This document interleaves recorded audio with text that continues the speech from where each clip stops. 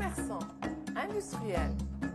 Pour augmenter la visibilité de votre entreprise, affichez-vous sur cetadakar.com. Pour vos clips publicitaires, votre site internet, vos films d'entreprise, contactez LS de Lori sur cetadakar.com, le magazine tout en vidéo qui parle aux Sénégalais partout dans le monde.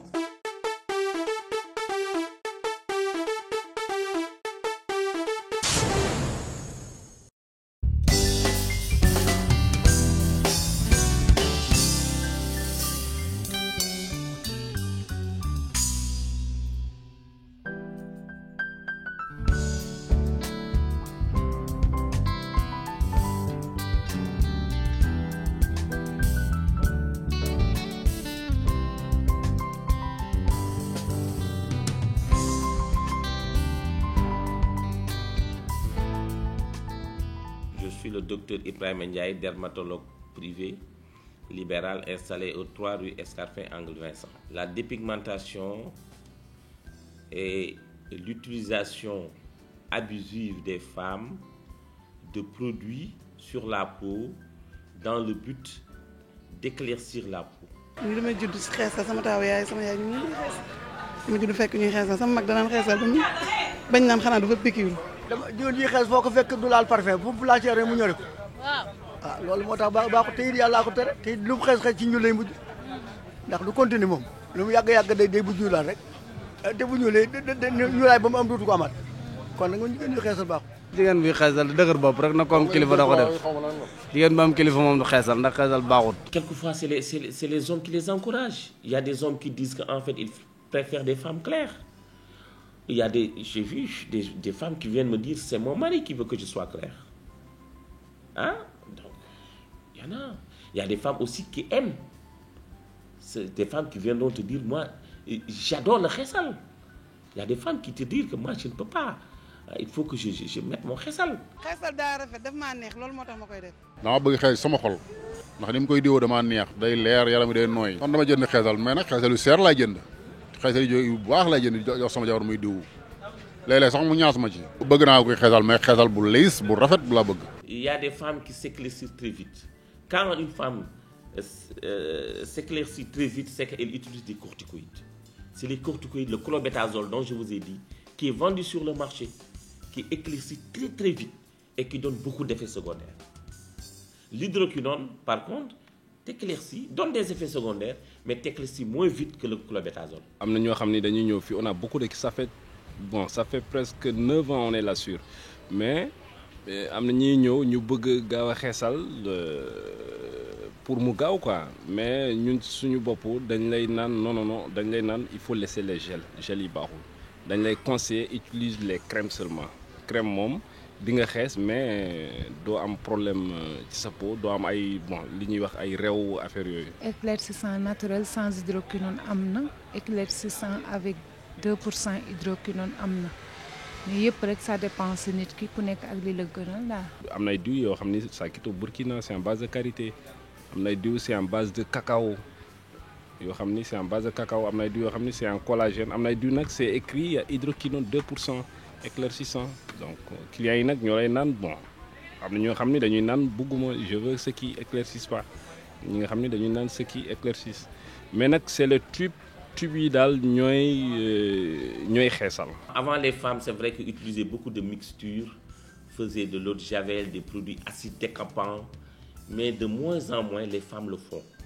Il y a par contre, comme vous l'avez dit tout à l'heure, les femmes qui utilisent les piqûres. Les piqûres, c'est des corticoïdes, comme les corticoïdes qu'on met sur la peau. Quand vous faites ces injections, vous êtes risqué à une hypertension, vous êtes risqué à des complications cardiaques, vous êtes risqué à des morts subites. C'est extrêmement grave de faire des injections de corticoïdes pour s'éclaircir la peau. Ça, il faut arrêter. damay utiliser ay produits yoo xam ne amul corticoïdes amul aussi bétaméthasone ak clobétasone du ma utiliser yooyu. Quand vous voyez dans les tubes Movat, Topton, Epitopique, Topique, crème lumière, il y a toujours une molécule qui s'appelle le clobétasol. Ce clobétasol-là, c'est un corticoïde et c'est dangereux. Mais on n'a pas le droit de le vendre normalement sur le marché public. C'est un médicament qui est strictement réservé en milieu pharmaceutique. Donc c'est le médecin qui le prescrit pour des maladies, comme tout à l'heure je vous l'ai dit, à des durées bien déterminées. Hein? Même le pharmacien n'a pas le droit de le donner sans l'ordonnance d'un médecin. Ça, c'est le corticoïde. Alors que l'hydroquinone, c'est le deuxième produit que vous retrouverez dans les produits dépigmentants, notamment MGC, peau claire, etc. L'hydroquinone peut être vendu. Ce n'est plus un produit pharmaceutique. N'importe qui peut vendre un produit à base d'hydroquinone. Seulement, il faut respecter la législation industrielle qui dit que c'est 2%. Mais comme c'est un produit qui n'est plus utilisé en milieu pharmaceutique, comme c'est le business, les gens peuvent créer des abus. C'est-à-dire qu'au lieu de mettre 2%, ils peuvent mettre 6%. Donc, il y a beaucoup de magouilles avec ce produit. Donc, l'hydroquinone, on ne peut pas faire la lutte avec l'hydroquinone. Mais il faut respecter la législation industrielle qui dit que tous les produits à base d'hydroquinone doivent contenir 2% d'hydroquinone. Je vais utiliser des produits par temps, par saison, quoi. Pour faire que c'est là, j'utilise des crèmes hydratantes comme Aven. Après, pour faire que tangay là, moi j'ai le QE+, ou la Françoise Bodon. Aussi, j'utilise des crèmes de visage. Wow. Quand on fait de la dépigmentation, la peau vieillit très vite. C'est-à-dire qu'on agresse la peau.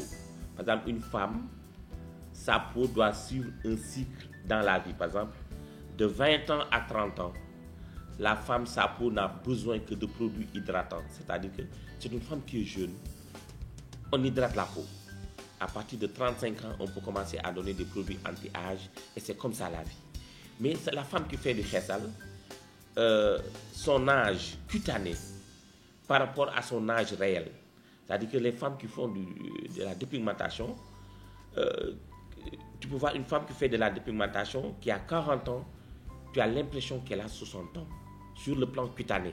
Sa peau est atrophiée. Donc le profil biologique n'est pas identique au profil cutané. L'âge cutané est différent de leur âge réel biologique. Souvent, c'est des femmes qui vieillissent très vite. Hein? Et donc, ces femmes-là ont une atrophie cutanée. Et quelquefois, je vous ai dit, le chirurgien peut avoir des problèmes. Quelquefois, si il veut faire des sutures, puisque la peau n'est plus souple. Et on peut avoir des problèmes comme ça.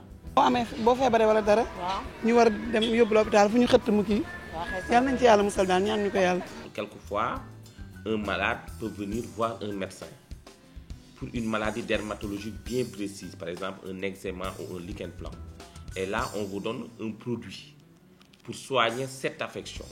Et ce produit est souvent un corticoïde. Et ce corticoïde, c'est ce que les femmes utilisent pour la dépigmentation. Mais nous, on l'utilise sur une durée bien déterminée, sur une durée de 2 à 3 semaines pour soigner une maladie. Alors que ces femmes l'utilisent des années et des années pour éclaircir la peau. La femme a tendance à s'éclaircir vite, puisque c'est un produit qui dépigmente rapidement. C'est les corticoïdes, c'est le clobétasol. Ce produit donne beaucoup d'effets secondaires locaux. Des effets secondaires sur le plan local, par exemple, les vergetures, ce que le Wolof appelle les rèves. Les femmes ont souvent, ces femmes qui utilisent le clobétasol, ont ce qu'on appelle des vergetures. Ces femmes ont des poils sur les mains. C'est ce que le français appelle hirsutisme. Ils ont des poils. Ces femmes ont aussi de l'acné, c'est ce qu'on appelle l'acné cortisonique. C'est-à-dire que sur la peau, ils ont des boutons sur le visage et c'est le corticoïde encore qui donne ces boutons. Ces femmes ont aussi ce qu'on appelle une atrophie cutanée. La peau devient fine, la peau est épaisse, ce n'est plus souple. Ces femmes peuvent être même confrontées quelquefois chez un chirurgien à un problème de suture. Quand on les opère, on peut avoir des problèmes. La peau a perdu son élasticité, sa souplesse. Ça, c'est les effets secondaires sur le plan local du corticoïde, des corticoïdes, le clobétasol. Et ce clobétasol, quand vous l'utilisez aussi, normalement, il y a des microbes que nous avons sur notre peau qui nous protègent. Ces corticoïdes détruisent les microbes qui nous protègent. Nous, sur nos derbi, dafa am lu nuy aar. Légui loolu nuy aar nak bu ko corticoïdes yi reyee lépp luy microbe daf nuy yomb. Moo tax femmes yi xeesal gaaw am ay heures. Toutes ces femmes ont facilement des champignons. Ils ont facilement ay tapes. Dañuy am benn feebar bu naan la gale, dañuy okkatu. femme yooyu femme buy xeesal da ngay gaaw a am gaal da ngay gaaw a am taab da ngay gaaw a am yeneen infection yu bari mën nga ko am puisque li nga xam ne moo lay aar yow da nga koy détruire léegi nag corticoïde boobu boo koy diwoo ay ati at dafay dugg ci biir deret bi puisque la peau est un organe sous la peau il y a des vaisseaux sanguins quand vous mettez le produit passe sous la peau et est absorbé par les vaisseaux sanguins et passe dans le sang et donne des effets secondaires qui sont pareils comme si tu prenais des comprimés ou des injections. C'est pourquoi les corticoïdes peuvent te donner à la longue une hypertension artérielle. ñi nga xam ne dañuy utiliser xeesal mën nañ am tension mën nañ am diabète mën nañ am seen cycle jigéen njurukaay mu jaxasoo perturbé moo tax souvent femmes yi utiliser xeesal léeg-léeg nga gis leen ñu naan laan weer wi fóot naa si ñaari yoon loolu movat bi moo koy joxe clobétasol bi donc clobétasol bi loraange yi mu mën indi dafa bari noonu mën naa ko tënkee noonu léegi ma ñëw si beneen effet secondaire bi nga xam ne mooy hydroquinone bi moom surtout bi muy joxe effet secondaire bi mooy tache yu ñuul yi parce que moom boo koy diwoo nekkax naaj bi souvent femme yi bari dañ koy tocc mu ko boo ko tocc mu ko nag nga dem si naaj bi dafay am benn réaction phototoxique moo tax femme yi diwoo hydroquinone nga leen di gis ñuy am ay lunettes ñuy am seen diggi ginnaaw tache bu ñuul boobu ñuy tudde cere seen loxo yi am yu ñuul yooyu mel ni lu verte seen tànk yi itam am ay tache yu verte fépp foo xam ne rek naaj wa dafa laal nga defoon fa produit ba daf fay am loolu effet secondaire boobu lay indi. waaw xeesal dafa am ñu war a def ak ñu war a def ñi nga xam ne ay benn type la ñu am njëgu benn type ak ñi am ay ñi nga xam ne amuñu njëgu type bokkuñu. chaque mois mooy maintenir sama yaram naa utiliser 85000 parce que crème visage ba rek 35000 lay jar. type bi gën a yomb laay diwoo daaw mi benn pot bi rek man mën naa am 2 mois ci man. di jël 500 rek laay jënd ma. toutes les personnes qui se dépigmentent sont exposées à des risques. xeesal mën na favoriser sur benn jigéen une femme qui pratique la dépigmentation la survenue de cancer avec l'effet du soleil comme je vous ai dit tout à l'heure les produits que nous utilisons sous l'effet du soleil le cancer peut survenir. Il y a même pas le cancer, il y a une maladie qu'on appelle l'érysipèle, c'est une infection de la jambe qui est extrêmement mortelle, qui peut même être mortelle chez la femme. C'est une femme, et souvent les femmes qui font du xeesal peuvent avoir une infection, c'est-à-dire que la jambe peut s'enfler et développer une infection très grave qui peut être mortelle. Donc il y a des complications mortelles sur le xeesal, il faut le dire. ñii ñëw duñu wax naan duñu bëgg a xeesal ñun dañ leen di conseiller ñu bàyyi xeesal bi saa soo ñëwee ne dama bëgg a xeesal ba weex tàll dañ la koy déconseiller parce que ne la amul mucc day yàq sa yaram amul avenir donc da ngay maintenir sa teint daal defar teint bu set daal bu marron moo gën daal parce que ñun jigéen ñi ñëpp xeesal moo ñu yàq daal xeesal bi daal ku ko mën bàyyi nga bàyyi ko tey def teint clair bu set teint bu marron bu set daal sans nga yàq sa yaram. xeesal baaxut kenn du ko màggataale boo màggatee sa yaram yàqu da nga am ay ras rew boo amee ndoxum si di boo màggatee genn wàllu gaana ngay doon rek yëre ba sol mi buj weññi di la béew mayel ma xeesal baaxut. ankay damay bëgg kii mais xoolal soo bàyyee 1 mois boo ko bàyyee bala ngaa jotaat sa teint kenn du xam looy nguloo loolu moo ñu ci lii. ñu moytu ko rek te di xool aussi type yi ndax am na clobétasol wala am na hydroquinone bu ëpp bi ak bétaméthasone aussi ñu koy xool ci type bu baax parce que clobétasol mooy indi reew yi aussi mooy yàq yaram mooy joxe cere waaw di joxe vergeture yu metti di joxe aussi góomu tànk yi érysipèle yeeg yëpp moo koy joxe. du ma mën a am problème mu tànk du ma am aussi cere yi nekk ci tànk parce que du ma utiliser clobétasol ak hydroquinone. Il faut que les autorités se lèvent et se disent que le clobétasol on ne doit pas le vendre en qu'en milieu pharmaceutique, ça doit être clair. Ça c'est déjà la première lutte. Arrêter la vente de corticoïdes libres sur le marché. Nous sommes des commerçants donc bu amee xaalis état bi war na ko xam sax comme déjà ça passe par la douane donc un commerçant mënul envoyer des produits sans passer par la douane donc la douane sait que déjà lépp luy jaar ci douane xam nañ déjà quel chiffre d'affaires le produit lu muy dugal foofu donc ñoom ñoo ko gën a xam.